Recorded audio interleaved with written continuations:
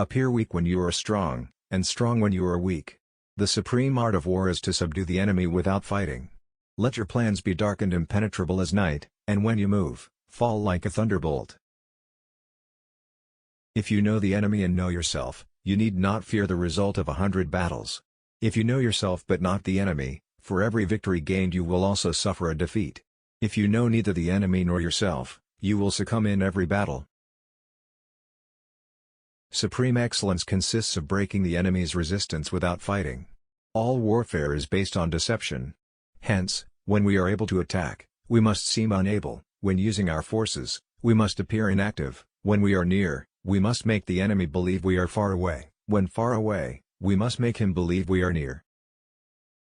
In the midst of chaos, there is also opportunity. Victorious warriors win first and then go to war, while defeated warriors go to war first and then seek to win. The greatest victory is that which requires no battle. To know your enemy, you must become your enemy. If your enemy is secure at all points, be prepared for him. If he is in superior strength, evade him.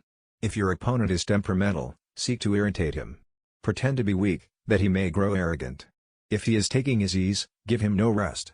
If his forces are united, separate them. If sovereign and subject are in accord, put division between them.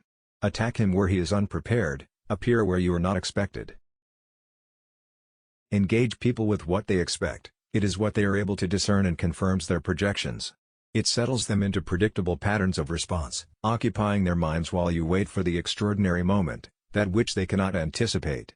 There is no instance of a nation benefiting from prolonged warfare.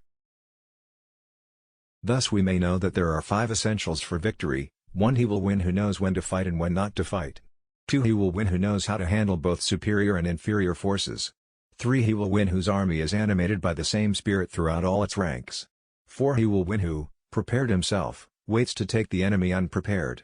5. He will win who has military capacity and is not interfered with by the sovereign. Treat your men as you would your own beloved sons. And they will follow you into the deepest valley. Even the finest sword plunged into salt water will eventually rust. Move swift as the wind and closely formed as the wood. Attack like the fire and be still as the mountain. Opportunities multiply as they are seized. When you surround an army, leave an outlet free. Do not press a desperate foe too hard. There are not more than 5 musical notes, yet the combinations of these 5 give rise to more melodies than can ever be heard. There are not more than 5 primary colors, yet in combination they produce more hues than can ever been seen. There are not more than 5 cardinal tastes, yet combinations of them yield more flavors than can ever be tasted. The art of a war is of vital importance to the state.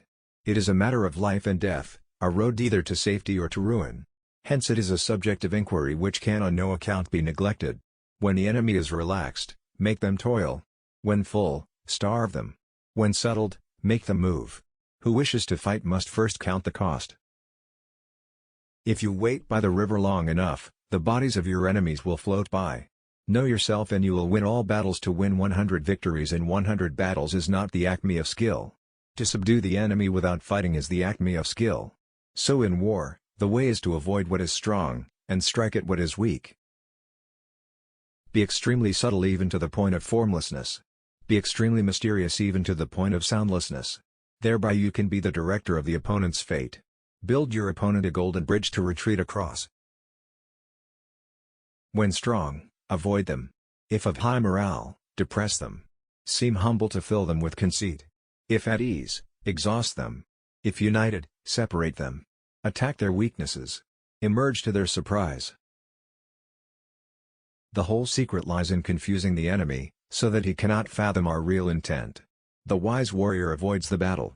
What the ancients called a clever fighter is one who not only wins, but excels in winning with ease. Rouse him, and learn the principle of his activity or inactivity. Force him to reveal himself, so as to find out his vulnerable spots. One may know how to conquer without being able to do it. One mark of a great soldier is that he fight on his own terms or fights not at all. If you know the enemy and know yourself, your victory will not stand in doubt. If you know heaven and know earth, you may make your victory complete. You have to believe in yourself. If the mind is willing, the flesh could go on and on without many things. He who is prudent and lies in wait for an enemy who is not, will be victorious. If your opponent is of choleric temper, seek to irritate him. Pretend to be weak, that he may grow arrogant. Attack is the secret of defense, defense is the planning of an attack. Thus the expert in battle moves the enemy, and is not moved by him. Anger may in time change to gladness, vexation may be succeeded by content.